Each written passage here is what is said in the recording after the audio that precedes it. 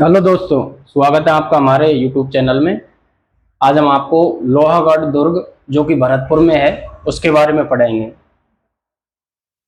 लोहागढ़ दुर्ग महाराजा सूरजमल ने 19 फरवरी 1733 में 19 फरवरी, इसको पूछते नहीं है इसलिए हमने नहीं लिखा था। महाराजा सूरजमल ने 19 फरवरी 1733 ईस्वी में इस दुर्ग का निर्माण करवाया था। इस दुर्ग को अजय दुर्ग के नाम से भी जाना जाता है, क्योंकि आज तक इस दुर्ग को कोई जीत नहीं पाया, इसलिए इसे अजय दुर्ग भी कहते हैं।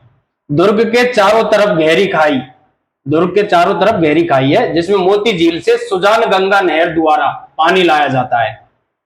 जैसे दुर्ग बना हुआ है उसके चारों तरफ गहरी खाई है, उसमें मोती झील से सुजान गंगा द्वारा पानी लाया जाता है। और इस दुर्ग के दोनों तरफ, चारों तरफ दोहरी मिट्टी की दीवारें बनाई गई हैं और वो हमेशा उस पानी से सिंचित होकर गीली रहती है, इसलिए इस दुर्ग को आज तक जीता नहीं जा सका है। कभी भी जब अंग्रेजों ने आक्रमण किया था इस पे 4-5 बार, तो उन्होंने कैसे भी तोप के गोले दागे थे तो वो सारे गोले मिट्टी में, गीली मिट्टी में धस के शांत हो जाते थे, ना ही विस्फोट करते थे ना कुछ करते थे। और वो इसी वजह से दुर्ग आज तक जीता नहीं जा सका है।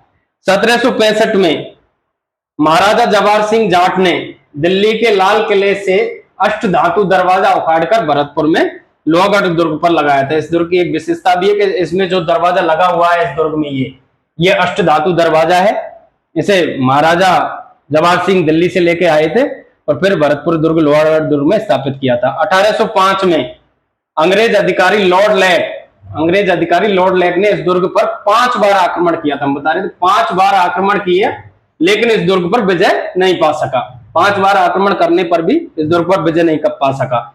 फिर चार्ल्स मैटकॉप ने कहा, अंग्रेजों की प्रतिष्ठा भरतपुर के किले में दबकर रह गई। ये चार्ल्स मैटकॉप ने कहा था भरतपुर के किले के बारे में अंग्रेजों के लिए कि अंग्रेजों की प्रतिष्ठा भरतपुर के किले में दबकर रह गई। क्यों कहा था? क्योंकि अंग्रेज अधिकारी लॉर्ड लेक ने 5 बार आक्रमण करने के बावजूद भी इस किले पर अधिकार नहीं जमा सका, इसलिए चार्ल्स मैटकॉप ने ऐसा कहा था कि अंग्रेजों की प्रतिष्ठा भरतपुर के किले में दबकर रह गई। किले के कुछ महल है। किशोरी महल निर्माण महाराजा सूरजमल ने करवाया था। किशोरी महल का जवाहर बुर्ज, जाट राजाओं का राजतलब होता था जवाहर बुर्ज में। राजेश्वरी माता मंदिर, ये इंपॉर्टेंट है, ऐसे पूछ लिया गया काफी बार कि राजेश्वरी माता मंदिर किस किले में है, किस दुर्ग में है। ये भरतपुर के किले लोहागढ़ दुर्ग में है।